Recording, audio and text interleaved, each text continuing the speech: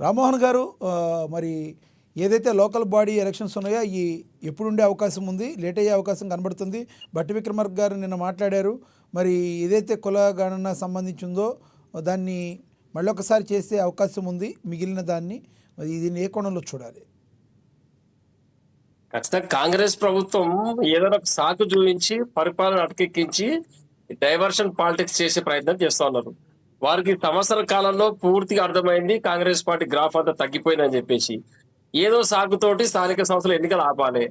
దానికి కులగణన సక్రమంగా చేయకుండా ఒకసారి మీరు గమనించాలంటే సర్వే కులగణన పేరు మీద సర్వే పేరు మీద సుమారుగా ఒక 70 క్వశ్చన్ల తోటి ప్రశ్నావళి తయారు చేసింది సర్వే రిపోర్ట్ పైన. దానికి అవసరం ఉన్న సమాచారం అడగకుండా అన్ని సమాచారం అడిగేసరికి కొంతమంది ఈ సర్వేలో సరైన వివరాలు ఇక్కడ చెప్పడం జరగలేదు. దాని నుంచి దాన్ని సాకు పెట్టుకొని ప్రభుత్వం ఏంటంటే అడ్డదిడ్డంగా రిపోర్ట్ ఇచ్చి బీసీల ఆగ్రహానికి గురి కావడం జరిగింది. ప్రభుత్వం బీసీ కులగణన జరగాలనుకున్నప్పుడు వారు సమర్థంగా వ్యవహరించుంటే సరైన వివరాలు సేకరణ చేసింటే అడిగే క్వశ్చన్స్ మాత్రమే అడిగింటే కేవలం ఒక 10-12 క్వశ్చన్స్ లో ఈ కుల గణన అనేది జరిగిపోతుండే. దాన్ని వదిలిపెట్టి ఒక 76 క్వశ్చన్లు తీసి మీకు బైక్ ఉందా, బైక్ లో పెట్రోల్ పోస్తారా, డీజిల్ పోస్తారా, లేకపోతే ఇల్లు ఉందా, నీకు సిలిండర్ ఉందా, పెంకుటిల్లా, రేకులిల్లా, ఇవన్నీ ఎందుకంటే కులగణనకు ఇవన్నీ ఆస్తులతోనా ఇంకేం దాంతో సంబంధం లేదు. బ్యాంక్ ఉందా, మీకు బ్యాంకులో ఖాతా ఉందా అని అన్ని వివరాలు అడిగేసరికి కొంతమంది భయపడి ఈ ఉన్నాయి లేని చెప్పి కల్పితం చేసే బదులు ఊరుకున్నది బెటర్ అని చెప్పి చాలా మంది ఇందులో పాల్గొనలేదు. దానికి ఈ యొక్క బీసీలకు రావాల్సిన వాటా సరైన వాటా దక్కనందుకు వాళ్ళు ఆగ్రహంగా ఈ రోజు ప్రభుత్వం పైన ఆగ్రహావేశాలు వెలగక్కుతారు. ఇది వాస్తవం. మరి ఇదే ప్రభుత్వం చిత్తశుద్ధి ఉంటే ఆ రోజు ఆ పెద్ద మేధావి రేవంత్ రెడ్డి గారు నాకు మొత్తం తెలుసు, నాకు ఇంతకుముందు పరిపాలన చేసిన ఏం తెలియదు, అంత వస్తుంది, నేను మేధావిని, నికార్సైన మేధావిని, నేను కరెక్ట్ గా చేస్తా కాంగ్రెస్ ప్రభుత్వం అని ప్రగల్భాలు పలికిన వ్యక్తి మన సమాలోచన చేసి ప్రశ్నావళి ఎట్లా రూపొందించాలి, సర్వే చేసినప్పుడు ఏ క్వశ్చన్లు అడగాలి, సరైన కులం పేరు రాబట్టడానికి ఏ క్వశ్చన్ అడితే ఆయన ప్రేమపూర్వకంగా అడుగుతూ చెప్తాడనే విధానం వదిలిపెట్టేసి ఇష్టారీతిన రిపోర్టు తయారు చేసి ఫీల్డ్ మీదకి అందరు పంపించేసి ఎవరెవరు ఏం పని చేసినా మళ్ళీ పరిశీలించడం లేకుండా ఈ రోజు బీసీలకు దక్కాల్సిన వాటా దక్కకుండా చేసి వాళ్ళ ఉసురు పోసుకుంటాడు రేవంత్ రెడ్డి. దీన్ని సాకుగా చూపించి మళ్ళీ నేను సర్వే చేస్తాను, బీఆర్ఎస్ పార్టీ రామ్మోహన్ గారు, బీఆర్ఎస్ పార్టీ బీసీలకి న్యాయం చేసిందా గత 10 ఏళ్లలో? ఎందుకు మరి మీరు బీసీలు దూరం అయ్యారు? ఎందుకు మీరు ప్రభుత్వం అధికారం కోల్పోయారు? బీసీలు ఎక్కడ కూడా టిఆర్ఎస్ పార్టీకి దూరం కాలేదు. రేవంత్ రెడ్డి గారి లాగా మాకు పైన వ్యతిరేకత లేదు. కేసీఆర్ గారిని సబ్బండ వర్గాలు కోరుకుంటారు. అది వీళ్ళకి 10 నెలలు అర్థమైంది కాబట్టి దీనిపైన డైరెక్ట్ గా ఏదైనా చేస్తే దొరికిపోదా అని చెప్పేసి కులగణన పేరు మీద సర్వే పేరు మీద తప్పుడు రిపోర్టు తయారు చేయించి ఓసీలను పెంచి బీసీలను తగ్గించి ఎట్లా పెడతాడు జనాభా దామాషా ప్రకారం బేసికల్ గా ఓసీలు తక్కువ జనాభా ఉంటుంది, బీసీలు ఎక్కువ జనాభా ఉంటుంది. ఇందులో పెద్దలు జయరాం గారు చెప్తారు ఎక్కడ డెత్ రేటు అందులో తక్కువ ఉంటుంది, ఇందులో ఉండొచ్చు. డెత్ రేట్ తక్కువ ఉన్నా జనాభా 50% ఉంది కాబట్టి బీసీల డెత్ రేట్ ఉన్నా కానీ ఓసీల కన్నా బీసీ జనాభా పెరిగే అవకాశం ఉంటది. ఈ ఓసీలను పెంచుకొని చూపించి మరి మేము ఇది ఏదో దాని మీద అడ్జస్ట్మెంట్ చేసుకొని లబ్ధి పొందాల ప్రయత్నం రేవంత్ రెడ్డి గారు చేస్తున్నట్టు ఇది పూర్తిగా సహేతుకం కాదు. ఖచ్చితంగా వారు ఏమంటారు, ఈ రోజు మళ్ళీ డబ్బులు సబ్జెక్ట్ కాదు, నేను మళ్ళీ డబ్బులు ఖర్చు అయినా సరే మళ్ళీ కొనుగోలు సర్వే చేపిస్తా అంటున్నాం. ఈ రోజు రాష్ట్రంలో వడ్డీలు కట్టడానికి డబ్బులు లేవు నా దగ్గర, గత ప్రభుత్వం అంతా నాశనం చేసిపోయింది, నా దగ్గర పైసలు లేవు, రైతులకి ఇవ్వడానికి డబ్బులు లేవు, మహిళలకి డబ్బులు లేవు అని చెప్తున్నారు రేవంత్ రెడ్డి గారు. మళ్ళీ ఎట్లకేం చేస్తారండి సర్వే? కాబట్టి కాంగ్రెస్ పార్టీ పరిపాలన చేయడం పూర్తిగా అటర్ ఫ్లాప్ అయిపోయింది. రైతుల యొక్క హామీలు నిలబెట్టుకోలేదు, మహిళల యొక్క హామీలు ఏ హామీ నిలబెట్టుకోలేదు. ఆ యొక్క ఇంపాక్ట్ స్థానిక సంస్థల పైన పడుతుంది. మళ్ళీ ప్రజలందరూ కోరుకున్నట్టుగా కేసీఆర్ గారు బౌన్స్ బ్యాక్ అవుతారు, వారి యొక్క చరిష్మా పెరిగిపోతుంది, టీఆర్ఎస్ నాయకులు మళ్ళీ గ్రామాల్లో నాయకులుగా తయారవుతారు, వారి పరిపాలన కొరకు ప్రజలు కోరుకుంటారనే దురుద్దేశంతో బీసీ కులగణన కరెక్ట్ గా చేయకుండా ఈ ఎన్నికలు ఆపే ప్రయత్నం చేస్తున్నాడు. ఖచ్చితంగా ఎన్నికలు టైంకు నిర్వహించాల్సింది. ఇమ్మీడియట్ గా లోపాలు ఉంటే బీసీ మేధావులతో మాట్లాడి ఎవరైతే అధికారులు పాలు పంచుకున్న వారితో మాట్లాడి ఇమ్మీడియట్ గా దాన్ని సెటరేట్ చేసి దాన్ని రిజర్వేషన్ వాళ్ళకు అడిగిన విధంగా హక్కు ప్రకారం బీసీలకు రిజర్వేషన్ ఇచ్చి స్థానిక సంస్థలు పోవాలని చెప్పి బీఆర్ఎస్ డిమాండ్ చేస్తుంది. ఎక్కడ కూడా 10 సంవత్సరాలు కేసీఆర్ పరిపాలన కూడా బీసీలు అనగదొక్కబడలేదు, అణచివేయబడలేదు. రామ్మోహన్ గారు గత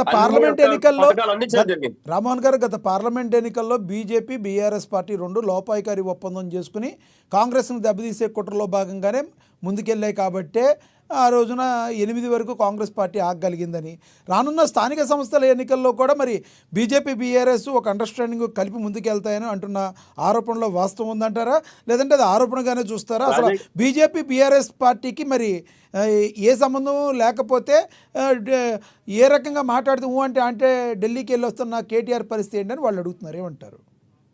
ఒక మాట అండి, ఒక్కటి గుర్తుపెట్టుకో, రాజకీయాల లోపల లోపాయకర ఒప్పందం ఉండవు, పూర్తిగా బహిరంగమైన ఒప్పందం ఉంటది. కాంగ్రెస్ పార్టీ కూటమి కట్టినా, బీజేపీ పార్టీ కూటమి కట్టినా, టిఆర్ఎస్ పార్టీ పొత్తు పెట్టుకున్నా అవి బహిరంగంగానే జరుగుతాయి. ఎక్కడ లోపాయకర అవసరం, భయపడే అవసరం ఉంది? రాజకీయాల్లో కూటములు పొత్తులు అనేది సహజం, ఈ సహజమైన ప్రక్రియ కాబట్టి అందులో భయపడాల్సిన అవసరం లేదు. కాంగ్రెస్ పార్టీ ఎవరితోనో పొత్తు పెట్టుకోవచ్చు, బీజేపీ పార్టీ ఎవరితోనో పొత్తు పెట్టుకోవచ్చు, బీఆర్ఎస్ పార్టీ భవిష్యత్తులో అవసరం ఉంటే ఎవరితోనో పొత్తు పెట్టుకునే అవకాశం ఉంటది. దాంట్లో స్వరం లోపాయకర ఒప్పందాలు ఏం మారినట్టుంది జరగవు. బీఆర్ఎస్ పార్టీది. లేదు, బీఆర్ఎస్ లేదు. పార్టీ గతంలో మాకు పొత్తుల అవసరం లేదు, మేము సింగిల్గా వెళ్తాం, మా కేసీఆర్ చరిష్మా చాలు అని మీరు ఈ రోజున మళ్ళీ పొత్తు పెట్టుకోవచ్చు అని స్వరం మారుస్తున్నారు. ఎక్కడో తేడా కొడుతుంది, ఏమో కాదంటారా? స్వరం ఎక్కడ మార్చలేదు. మీరు అన్నదానికి నేను సమాధానం చెప్తున్నా. లోపాయకార ఒప్పందాలు ఎక్కడ ఉండవు, పూర్తిగా బహిరంగ ఒప్పందాలే ఉంటాయి. బహిరంగంగా పత్రికా ప్రకటన చేసి మీడియా ముఖంగా పొత్తులు పెట్టుకోవడం జరుగుతుంది. ఇందులో లోపాయకార ఒప్పందం ఎక్కడ జరగదు కాబట్టి దాంట్లో ఎలాంటి ఆలోచించే అవసరం లేదు.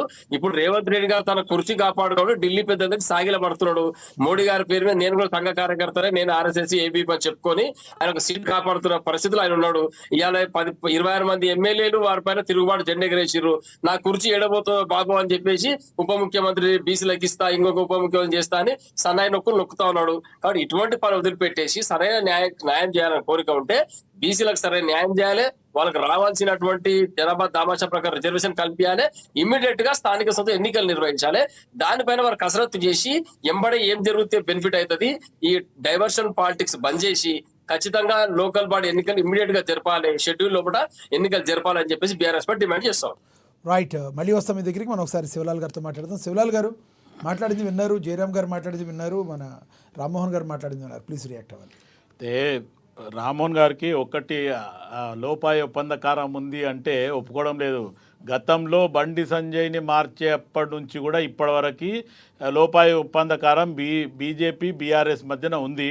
అది తండ్రి ఏమో ఫామ్ హౌస్ లో వండుకుంటూ లోపాయకార ఒప్పందం ఉంటావు శివనాయకుడు గుర్తుపెట్టుకోండి. మీరు బీఆర్ఎస్ పార్టీ సింగిల్ గా పోటీ చేస్తే ఎక్కడైనా కానీ బీఆర్ఎస్ పార్టీకి ఎవరితో కొత్త అవసరం లేదు. ఇప్పుడు గడిచిన 10 సంవత్సరాలే మాకు ప్రోగ్రెస్ కార్డు. రామ్మోహన్ గారు లోపాయకారి ఒప్పందం అంటేనే సింగిల్ గా పోటీ చేసి కనపడకుండా ఒప్పందం చేసుకోవటం, బయటికి సింగిల్ గా కాకుండా కలిపి పోటీ చేస్తే డైరెక్ట్ ఒప్పందం అవుతుంది కదా.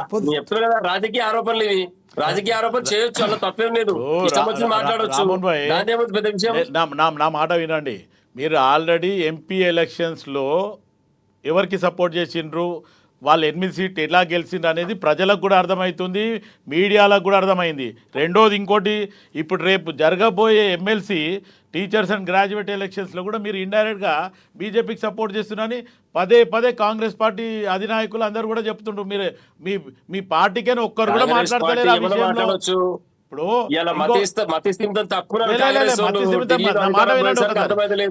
ఇదే కాకుండా మీరు గతంలో సమగ్ర కుటుంబ సర్వే అని ఒక్క రోజులో చేసిండ్రు. మీరు ఆ డేటా ఎందుకు మీరు పెట్టలే? ప్రజలకు ఎందుకు ఆ దిశగా మీరు సీట్లు కేటాయింపు చేయలేదు? బీసీలకు ఎందుకు చేయలేదు? ఎస్సీలకు ఎందుకు చేయలేదు? ఎస్టీలకు ఎందుకు చేయలేదు? లేకపోతే ఓసీలకు ఎందుకు చేయలేదు? కుటుంబ సమగ్ర సర్వే మీరు తీసుకొని ఎవరి డేటా ఎంత ఉంది, ఎవరికి ఎంత ఆస్తి ఉంది, ధరణిలో పంపించి 8,000 ఎకరాలు మీరు మొత్తం మింగినరు అనేది ప్రజలలో ఉంది. ఈ రోజు ఆల్రెడీ మీరు పెట్టిన డేటానే ఇప్పుడు మళ్ళీ ఓపెన్ చేసి చూపిస్తే ఎంత మింగిరు, ఆఖరి అడుగులను కూడా మింగడం జరిగింది. సచివాలయంలో ఉంటది, టీఆర్ఎస్ పార్టీ ఆఫీస్ లో ఉంటది, అది సచివాలయంలో రిపోర్ట్స్ ఉన్నాయి, అధికారులు అధికారుల దగ్గర తీసుకోవచ్చు. మీరు కాంగ్రెస్ పార్టీ ఎట్లయితే బహిర్గతం చేసిందో బహిర్గతం చేసిందో ఎస్సీ వర్గీకరణ కానీ బీసీ కులగణన కానీ, మరి మీ పార్టీ ఎందుకు చేయలేదు? 10 సంవత్సరాలలో ఎంత మోసం చేసింది, ఎంత దగా చేసింది, ప్రజలను ఎంత మోసం చేసి ఈరోజు ఖజానా మొత్తం ఖాళీ చేసి పెట్టింది. ఈరోజు ఒక్క తలకాయ పైన 1,25,000 రూపాయలు అప్పు చేసి పెట్టింది టీఆర్ఎస్. అది మర్చిపోయి మాట్లాడుతున్నారు. అందడం జరిగింది. ఎక్కడ కూడా టిఆర్ఎస్ పార్టీ నాయకత్వం లోపల కేసీఆర్ గారి నాయకత్వం అన్యాయం జరిగింది. ప్రజలకు సబ్బండ వర్గాలకు న్యాయం జరిగింది. ఎవ్వరికి జరగలే, అది కాలే.